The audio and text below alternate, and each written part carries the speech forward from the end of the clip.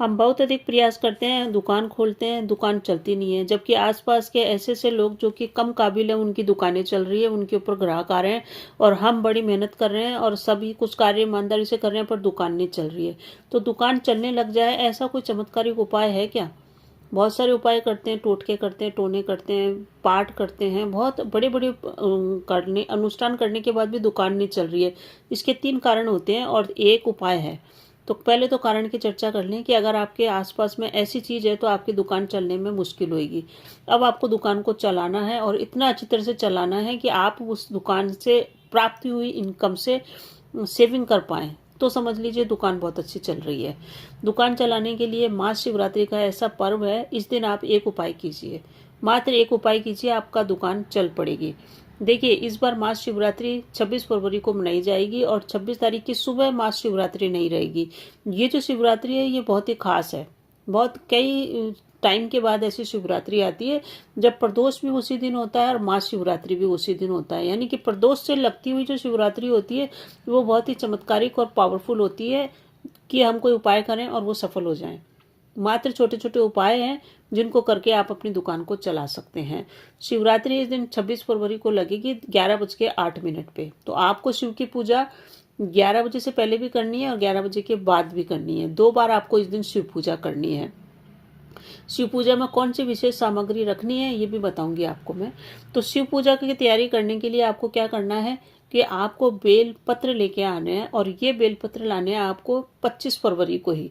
25 फरवरी को बेल पत्र को लाइए, अपने घर में श्रद्धा के साथ लाइए और ला करके उनको गीले कपड़े में, साफ गीले कपड़े में लपेट करके रख लीजिए। दर्शकों, जब हम एक दिन पहले बेलपत्र लाते हैं तो वो बेलपत्र हमारे घर में रह के सोचता है कि कब मैं भगवान शिव के ऊपर चढ़ूंगा। तो वो भगवान शिव का आह्वान करता है, भगवान शिव के मंत्र का जाप करता है। तो इस प्रकार से बेलपत्र को हम घर में रखते हैं तो हमारी प्रॉब्लम भी सुनता है बेलपत्र और भगवान शिव पे समर्पित होकर उन सभी चीज़ों को व्याख्यान भगवान शिव को करता है। इसीलिए आप एक दिन पहले लाइए और भगवान शिव के मंत्रों का जाप, अपना कार्य जो भी दैनिक कार्य है उनको करते हुए आप करते रहिए और मंत्रों का जाप करते रहिए। रात में आप कम से कम 15 मिनट 20 मिनट जितना भी आपको पास समय मिले ध्यान लगा के बैठिए। अपने बिस्तर पर लेटे हुए भी आप कर सकते हैं, भगवान शिव के मंत्रों का जाप कीजिए और प्रातः उठ के जो बेलपत्र आप लेके आए हैं उन बेलपत्रों को अपनी पूजा की सामग्री को सजा, पूजा की थाली सजा करके और भगवान शिव के ऊपर इसे अर्पित कीजिए। भगवान शिव पे अर्पित करने से पूर्व अपनी समस्या बोलिए और आप भगवान शिव की पूजा कर रहे हैं तो इस पूजा के अंदर आप शिव जी के जो जलाधारी है उससे जस्ट अपोजिट यानी कि साउथ की दिशा में बैठ करके पूजा कीजिए और जो इसकी बेलपत्र की डंडी है वो जलाधारी की तरफ रखें, अपनी तरफ न रखें। इस टाइप से आप उस पूजा के अंदर अर्पित करते रहिए। उसके बाद आपको एक विशेष सामग्री है जिसकी आपको व्यवस्था करनी है। आपको लाना है गन्ने का रस। गन्ने का रस लाके आप रख लीजिए। उसी दिन ले आइए गन्ने का रस जिस दिन शिवरात्रि है। तो ये प्रातःकाल की पूजा करके आप घर पे आ जाइए। उसके बाद आप 11:08 के बाद भगवान शिव के मंदिर वापस जाइए, गन्ने का रस लेके जाइए, एक धतूरा लेके जाइए और 14 बेर लेके जाइए। ये मुख्य सामग्रियाँ हैं, इनको आप लेके जाइए। 14 बेर लेके आप अपनी मनोकामनाओं की पूर्ति, जो भी आपकी मनोकामनाएं हैं उन मनोकामनाओं के बारे में वृत्तांत भगवान शिव से बात करते हुए एक एक बेर आप चढ़ाते जाइए जलाधारी के आसपास। उसके बाद आप बेल पत्र चढ़ाइए और गन्ने का रस अर्पित कीजिए। गन्ने का रस भगवान शिव को अति प्रिय है। जब भी गन्ने का रस भगवान शिव के ऊपर अर्पित किया जाता है तो व्यक्ति के जीवन के अंदर मिठास घोलता है और धन की बरसात करता है। इसीलिए गन्ने का रस कर्ज उतारने के लिए भी लोग वक्त चढ़ाते हैं। तो मात्र गन्ने का रस चढ़ाने से आपके काम बन जाएंगे। आप ये उपाय कीजिए। उसके बाद आपको वहाँ से आना है, भगवान शिव के मंदिर से आना है। तो जो आप जल चढ़ा रहे हैं उसको अपने लोटे में लेके अवश्य आए और एक बूंद आचमन वहीं भगवान शिव के मंदिर में बैठ के भी आप कीजिए। ऐसा करने से आपके द्वारा किए गए पूर्व पाप सारे धुल जाएंगे और आप बिल्कुल पवित्र हो जाएंगे वहीं शिव मंदिर के अंदर। और जब आप अपनी दुकान पर बैठेंगे तो आप पॉजिटिव चीज़ों को आकर्षित करेंगे और पॉजिटिव में माँ लक्ष्मी भी है जो आपके प्रति आकर्षित होकर आपके दुकान में ग्राहक के रूप में आएगी।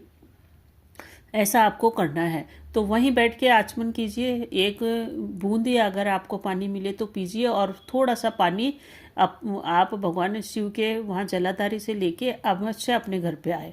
इसके बाद आपको वहीं बैठ करके एक जो भी लोग दूसरे लोग चढ़ाते हैं धतूरा, वहाँ धतूरा चढ़ा हुआ होता है, या तो वो धतूरा ले आइए या फिर आप अपने ही पूजा के अंदर धतूरा रख लीजिए 2-4, और उसमें से एक धतूरा आप लेके आ जाइए। तो यानी कि आपको मंदिर में चढ़ा हुआ या आपके द्वारा चढ़ाया गया एक धतूरा वापस घर पे लेके आना है, और ला करके उस धतूरे को आप अपने दुकान के अंदर, जो भी आपका व्यापारिक प्रतिष्ठान है, दुकान है, शोरूम है, जो भी है आपका, उसके अंदर आपको इसको लाल कपड़े में लपेट करके टांगना है। ऐसा करने से आपके व्यापार में आ रही बाधाओं का नाश होगा और धन आपके पास आएगा। ये इतने चमत्कारिक उपाय हैं कि आप उपाय कीजिए और इसका परिणाम मात्र 2-4 दिन में ही आपको नजर आएगा, आपके पास ग्राहक आने लग जाएंगे। तो महाशिवरात्रि वो पावन पर्व है जिस समय आप ये उपाय करते हैं तो भगवान शिव भी इस समय प्रसन्न होते हैं और आशीर्वाद अवश्य ही देते हैं। क्योंकि कई बार क्या होता है कि शिव की पूजा व्यक्ति साल भर करता रहता है परंतु उनको परिणाम नहीं मिलता है। इसका कभी आपने कारण सोचा है कि भगवान शिव की पूजा प्रतिदिन करने वाले लोगों को परिणाम नहीं मिलता है और एकमात्र मास शिवरात्रि को जो आदमी पूजा करता है वो फलता फूलता है? इसका कारण आप सुनिए। इसका कारण यह है कि शिव जी भगवान हमेशा हमारी प्रार्थना स्वीकार करने के लिए उपस्थित नहीं होते हैं। उनकी 4-5 जगह है जहाँ पे वो जाते रहते हैं। पहली जगह है कि वो सभा में रहते हैं, कभी वो नंदी के ऊपर सवार रहते हैं, कभी माता पार्वती के संग लीलाओं में व्यस्त रहते हैं, कभी शमशान में रहते हैं, कभी ध्यान में रहते हैं। तो जब भी कभी भोजन करते हैं तो जब भी वो भोजन कर रहे हैं हम पानी डाल देते हैं तो उनके भोजन में बाधा पड़ जाती है और वो हमको मनोवांछित फल नहीं देते हैं। इस कारण से शिवरात्रि पे की गई पूजा बहुत ही सफल होती है। और जो रोज़ शिव की पूजा करते हैं उनको ये देख लेना चाहिए पंचांग में कि भगवान शिव का वास कहाँ पे है। कई बार भगवान शिव का वास शमशान में होता है और लोग बाग मंदिर में जाके जल चढ़ाते रहते हैं। तो जब भी शमशान में शिव का वास होता है और जो व्यक्ति उस समय जल चढ़ाता है वो अपने साथ परेशानियों को ही घर पे लेके आता है। क्योंकि जिस प्रकार से हम किसी व्यक्ति से मिलने जाते हैं तो अपॉइंटमेंट लेते हैं, हमसे भी कोई व्यक्ति हर समय मिलने आ जाए तो हमें भी अच्छा नहीं लगता है। इसी कारण से शिव का वास देख के ही शिव की पूजा किया जाना चाहिए। अब देखिए, ये जो आप उपाय कर लेंगे इससे दुकान भी चलेगी। उसके बाद आपको क्या करना है, जिसकी मैंने चर्चा की ना कि आपके आसपास में कोई ऐसी चीज़ होगी जिसके कारण आपकी दुकान नहीं चलेगी।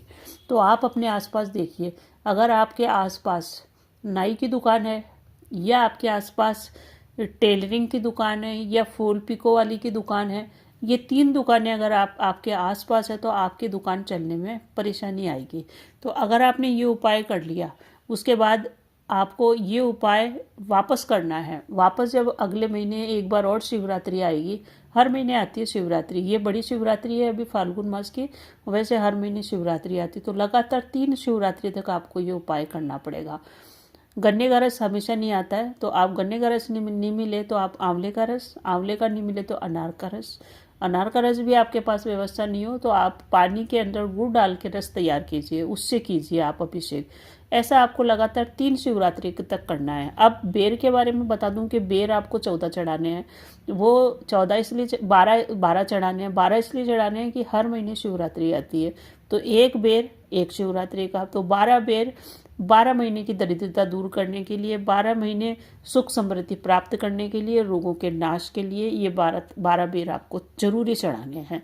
बेर का बहुत ही महत्व है, इसको आप अवश्य चढ़ाएं। और इन उपायों को करने के बाद घर पे आकर के अवश्य ही अपनी गृह स्वामिनी से, अपनी पुत्री से, अपनी माता से प्रेम पूर्वक व्यवहार करें। क्योंकि ये तीनों जो देवियां हैं आपके घर की शुक्र हैं, माँ लक्ष्मी का ही रूप है। इनका आशीर्वाद लीजिए या इन्हें आशीर्वाद दीजिए। छोटी है तो आशीर्वाद दीजिए। इनको प्रसन्न रखने से भी आपके ऊपर माँ लक्ष्मी की कृपा रहेगी। तो कैसा लगा आपको वीडियो? कमेंट में हर हर महादेव, ओम नमः शिवाय अवश्य ही लिखिए और बने रहिए चैनल पे। धन्यवाद।